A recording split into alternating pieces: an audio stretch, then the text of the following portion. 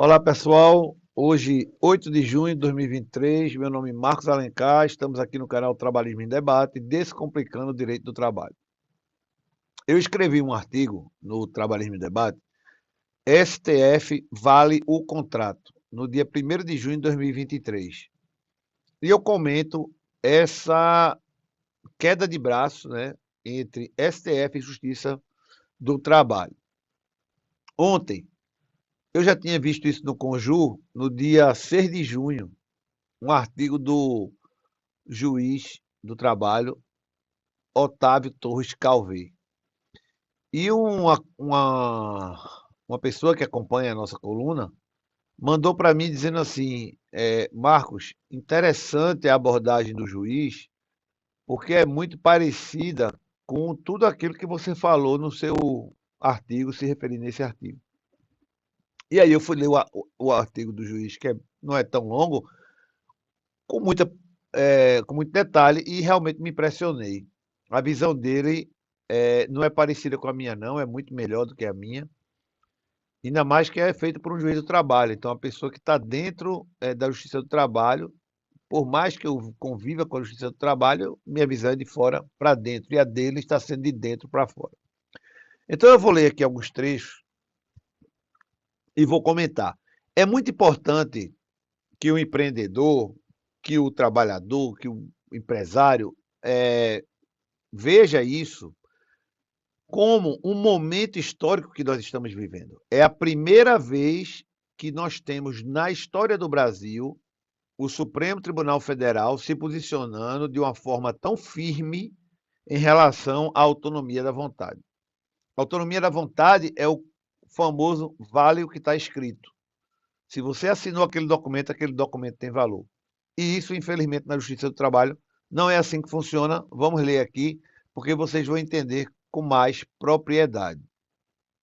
O doutor Otávio, ele diz que se inspira num artigo do colega Marcel da Costa Bispo Román, e traz esse diálogo. Ele diz o seguinte: a comunidade, abre aspas, né? Estou lendo o artigo dele. A comunidade jurídica trabalhista está desnorteada com as recentes decisões do Supremo Tribunal Federal em sede de reclamações constitucionais sobre advogados associados, franquias, pejotização, transportadores autônomos de carga, representantes comerciais, salão de cabeleireiros e, finalmente, trabalhadores em plataformas digitais. O entendimento do Supremo, para preservar os julgamentos vinculantes efetuados no sentido de que há outras formas de trabalho dignas que não o vínculo de emprego e licitude de terceirização em atividade fim, tem gerado decisões que diminuiu, que retraiu a competência da Justiça do Trabalho para analisar eventual fraude na contratação de trabalhadores. Ele está dizendo o seguinte, que essas decisões do Supremo retiraram da Justiça do Trabalho a competência para analisar esses contratos. Mesmo que a causa de pedir o pedido seja de reconhecimento de vínculo de emprego. O sentimento geral é de esvaziamento da Justiça do Trabalho, já que o futuro das relações trabalhistas, conforme consenso, não será a utilização da roupagem jurídica do vínculo de emprego. As normas, formas de trabalhar pedem outro tipo de regulação. Aí vou parar aí, vou fechar aspas. O que o professor Otávio, o magistrado Otávio está dizendo aqui, né, ele é juiz do trabalho, é o seguinte, é que para a Justiça do Trabalho, nada do que está escrito vale. É uma proteção absoluta ao trabalhador. Eu escrevi já isso em vários artigos há décadas, que eu digo que a CLT e o processo do trabalho e a mentalidade da Justiça do Trabalho trata a pessoa do empregado como se ele fosse um bebê de colo. Vou dar um exemplo, fazendo um paralelo aqui com o artigo dele, e vou chegar no artigo aqui.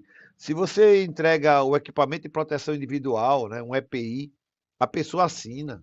A pessoa fez um treinamento para usar aquela máquina, assinou o treinamento. Você tem um treinamento filmado, mas se aquela pessoa for operar a máquina e cortar um dedo, tenha certeza que a culpa vai ser do empregador. Ou seja, isso é absoluta proteção. Isso está errado. Eu sou um crítico disso. Eu tenho 55, vou para 56 anos. Eu critico isso desde os 23, quando eu comecei a advogar. Eu não concordo com isso em absoluto, e esse artigo, ele traz esse, agora, né, em 2023, esse cheque. Ele está dizendo, olha, o que o Supremo está dizendo é que existem outras formas de trabalho digno. O fato da pessoa assinar um contrato de prestação de serviço, ter uma relação com uma empresa de aplicativo, ser um representante comercial, ser um transportador de carga autônomo, não quer dizer que não se possa proteger, de certa forma, essa pessoa com um contrato, mas não tem que ser aquela proteção máxima da CLT de que nada do que ele escreve tem valor, porque ele é tratado como uma criança de colo. E aí ele continua aqui dizendo o seguinte: conforme o Supremo vem fixando a matéria, a Justiça do Trabalho caberia apenas a processar e a julgar o tradicional vínculo de emprego, enquanto este ainda existir. Em outras palavras, morreríamos por inanição. Ele é juiz do trabalho, né? Ele está falando da própria justiça. Aí ele diz assim: e por qual motivo precisamos pedir perdão? Porque ele diz que no artigo dele tem que pedir perdão. Porque o verdadeiro culpado por este resultado somos nós, a comunidade jurídica trabalhista. Eu não fico nessa comunidade aí, não, viu? Porque eu sempre fui contra, eu faço essa ressalva. Nós, usuários da Justiça do Trabalho. O primeiro grande erro que cometemos foi tratar o conflito social capital-trabalho sempre pelo viés da luta de classes. Instigamos a litigiosidade, os interesses antagônicos, demonizamos os empresários, desconfiamos dos empreendedores, maldizemos os investidores e, por outro lado, enaltecemos a hipossuficiência a ponto de transformá-la em verdadeira incapacidade. É exatamente o que eu estou dizendo. O empregador está sempre errado, né? O investidor é um explorador de mão de obra, e aquela pessoa que está trabalhando, por mais irresponsável que ela seja, ela é considerada um incapaz. Não responde por nada do que faz de errado. Aí ele diz: sim, chegamos ao ponto de entender que um trabalhador empregado não pode fazer escolhas dentro da relação de emprego, que ele deve ser protegido dele mesmo. Esse aí foi o máximo. Realmente, realmente, brilhante o artigo. O empregado tem que ser protegido dele próprio. Viramos absolutistas no princípio da proteção. É exatamente o que eu falei, ó, a proteção absoluta. Fomentamos um estado de coisas para manter viva a chama original do direito do trabalho. E com isso, infantilmente, esquecemos que sem capitalismo simplesmente não existe relação de emprego. Aviltamos o nosso garantidor, o empresário. Por isso, vai o primeiro pedido de perdão. Veja, eu sempre disse isso. Quem quer defender trabalhador tem que defender empresa, porque sem empregos não há trabalho. Sem trabalho não há renda, não há salário e não há vida. Você não vai conseguir viver sem ganhar nada. Em todas as cidades, em todas as localidades que a coisa é punjante, que o empreendedorismo é punjante, que as empresas são, são ampliadas, a quantidade de empresas, os postos de trabalho vêm junto. Se a pessoa tem um posto de gasolina, uma padaria e abre 10, óbvio que vai ter que contratar 10 vezes mais pessoas. Eu não posso lutar contra a pessoa que gera a demanda do emprego. É uma coisa burra, mas infelizmente, me desculpa a expressão, esta burrice eu assisto ao longo de décadas. Brilhante esse artigo. Aí ele diz aqui o seguinte, ó. Segundo, perdemos o bonde da história quando relegamos ao segundo plano as demais relações de trabalho, priorizando a relação de emprego como o Eldorado da proteção trabalhista, entendendo que qualquer regulamentação diferente é precarização. Qualquer tentativa de concessão de direitos trabalhistas mínimos para novas formas de contratação, qualquer modificação dos sacrossantos direitos estabelecidos na CLT, qualquer medida de flexibilização do rígido pacote seletista geravam o mesmo mantra midiático estigmatizante da precarização. Com isso, perdemos a melhor oportunidade que surgiu de fortalecermos os dogmas trabalhistas que tivemos, a reforma do judiciário e a emenda 45 de 2004. Porque essa emenda, ela ampliou a competência da Justiça do Trabalho, dizendo que a Justiça do Trabalho ela pode, inclusive, julgar situações autônomas, e não apenas a que está prevista na CLT. Aí ele diz aqui, ao invés de expandirmos o pensamento, é aquela história, né? Eu estou aqui dizendo que pensaram burramente para novas regulações do trabalho humano, ao invés de admitirmos novos modelos mais leves, flexíveis, para a contratação de trabalhadores em diferentes formas de trabalhar, impedimos sequer que houvesse um debate taxando de neoliberais fascistas quem ousasse a pensar diferente. Olha, eu fecho aspas aqui e trago uma situação muito interessante. Eu me recordo quando houve na CLT a vinda de um artigo que permitia o cooperativismo. Você contratar mão de obra através de uma cooperativa. Foi exatamente isso que ele está dizendo aí. Foi midiático e demonizado a criação da cooperativa, dizendo que a cooperativa era uma fraude ao contrato de trabalho. Quando o mundo roda com cooperativa. Você vai para o agronegócio, tem cooperativa de produtores. Todo canto cooperativa dá muito certo.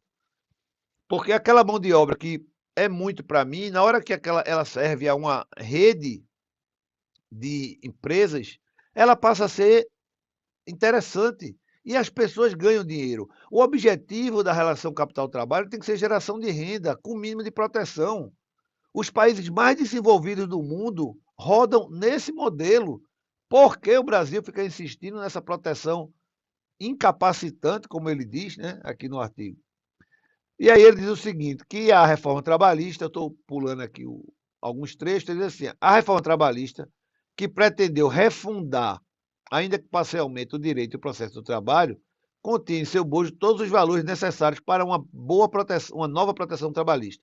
Aumento da liberdade sindical, com fim da contribuição compulsória, reforço da negociação coletiva com prevalência sobre a lei, garantia do mínimo existencial trabalhista como uma norma de ordem pública, com intervenção mínima do Poder Judiciário nas negociações de responsabilidade dos atores sociais do uso da justiça do trabalho, além de uma maior possibilidade do exercício da autonomia individual à vontade. Aí veja, vê que coisa louca.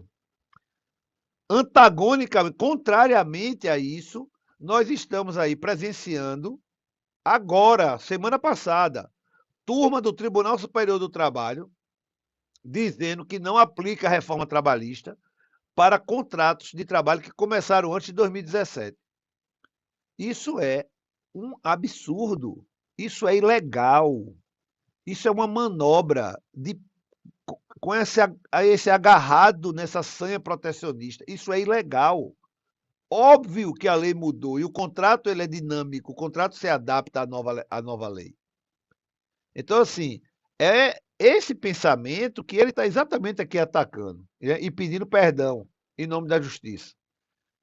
Enfim, ele diz o seguinte, que finalmente, para manter o espaço devido desse recorte, perdão a toda a sociedade, erramos e precisamos reconhecer.